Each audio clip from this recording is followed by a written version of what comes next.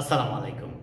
Welcome to my class. I am Abdul Salam, assistant teacher, Rajshahi Collegiate School, Rajshahi, Bangladesh. My dear viewers, today I am going to make this video class especially for all kind of learners. That is how to use linking verb in a sentence and make sentences easily. Look at it, please. How to use linking verb.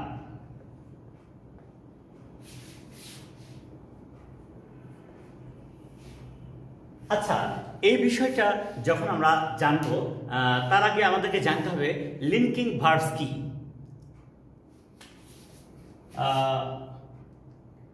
How are you?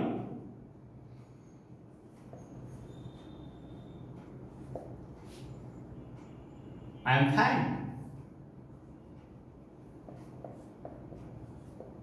এই যে am অর্থাৎ be verb, এইটা হচ্ছে linking verb.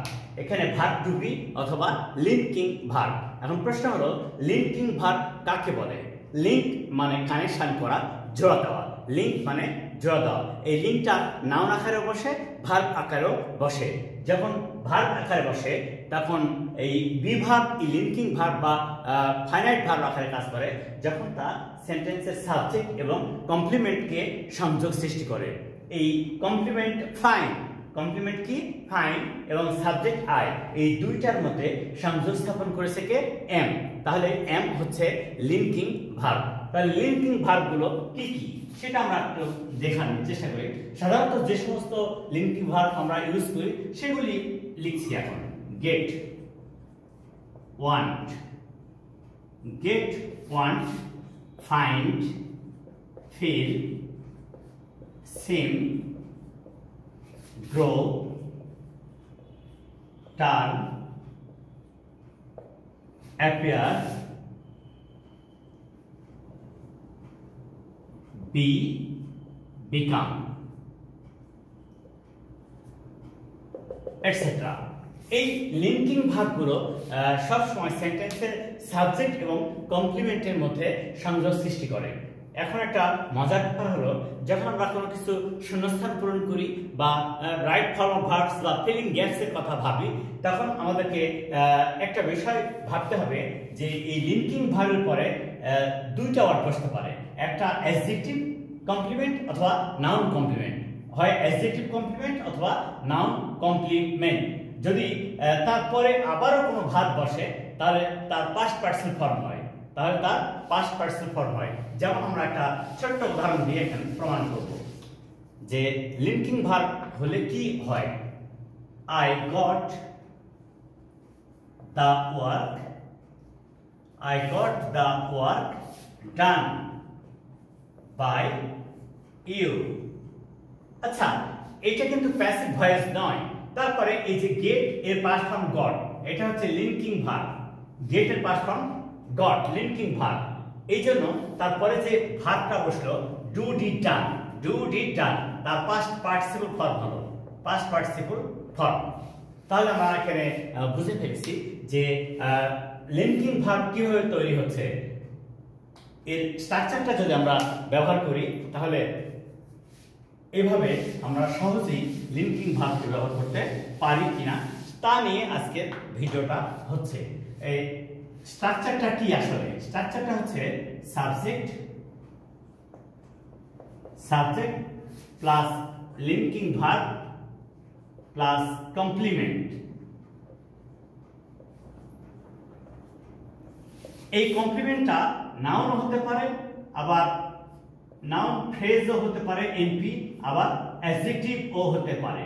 এই সমস্ত noun phrase অথবা adjective এই linking ভার্বের কমপ্লিমেন্ট আকারে বসে। তাহলে আমরা এইটা একটু দেখার চেষ্টা করি। যেমন এখানে বি ভার্ব হচ্ছে am, is, are, was, are, be, being, এরা হচ্ছে লিঙ্কিং ভার্ব। এই লিঙ্কিং ভার্বের পরে এখানে বসছে অ্যাডজেক্টিভ। তাহলে স্ট্রাকচার কি? সাবজেক্ট প্লাস বি ভার্ব বা linking verb plus adjective complement. এখানে দেখি সাবজেক্ট প্লাস লিঙ্কিং ভার্ব, গেটের পাস্ট ফর্ম গট, আর দ্য ওয়ার্ক এটা এনপি নাউন ফ্রেজ, এটা এনপি নাউন ফ্রেজ, আর তারপরে যে ভার্ব বসেছে তার পাস্ট পার্টিসিপল ফর্ম হয়। তাহলে আমরা এখানে যখনই এই স্ট্রাকচার নিয়ে কথা বলবো, যখনই এই স্ট্রাকচার নিয়ে কাজ করব, তখন সহজেই আমরা কি করব, আমরা দেখব যে প্রথমে সাবজেক্ট বসবে, তারপরে লিঙ্কিং ভার্ব থাকবে, তারপরে কমপ্লিমেন্ট থাকবে। সে কমপ্লিমেন্ট অ্যাডজেক্টিভ হতে পারে, নাউন ফ্রেজ হতে পারে, আবার নাউন হতে পারে।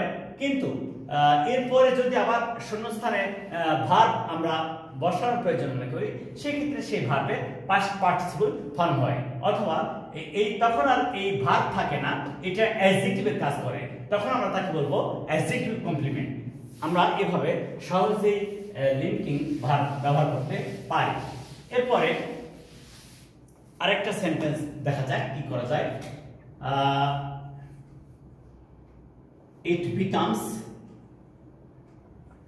hot. It becomes hot during the summer season.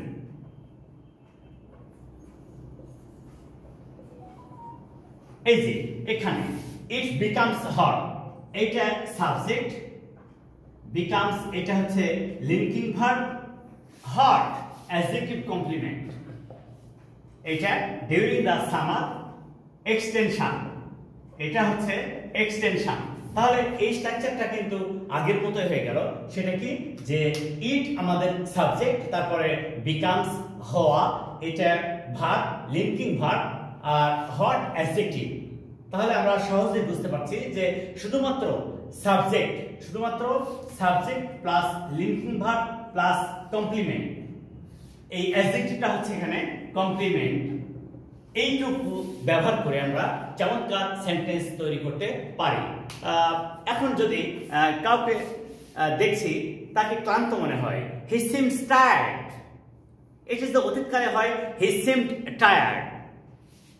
একই রূপে সেন্টেন্স তৈরি করা সম্ভব। কাউকে আমি বলছি হ্যালো হাউ আর ইউ, ও বলছে আই এম ফাইন। তাহলে এই যে I am fine subject plus linking verb plus complement, এবং সেটা অ্যাডজেক্টিভ। আবার আমরা যখন বলি এরকম, he is a bright student, he is a bright student, সে একজন মেধাবী ছাত্র। তাহলে subject plus linking verb plus noun complement, এটা এনপি অর্থাৎ নাউন ফ্রেজ, এটা কমপ্লিমেন্ট আকারে বসেছে। তাহলে আমরা সহজে কিভাবে বুঝতে পারবো যে শুধুমাত্র সাবজেক্ট প্লাস লিঙ্কিং ভার্ব এবং কমপ্লিমেন্ট ব্যবহার করে আমরা সেন্টেন্স তৈরি করতে পারবো easily. So my dear viewers, follow this video from the beginning to the end and try to learn this structure easily. Assalamu alaikum.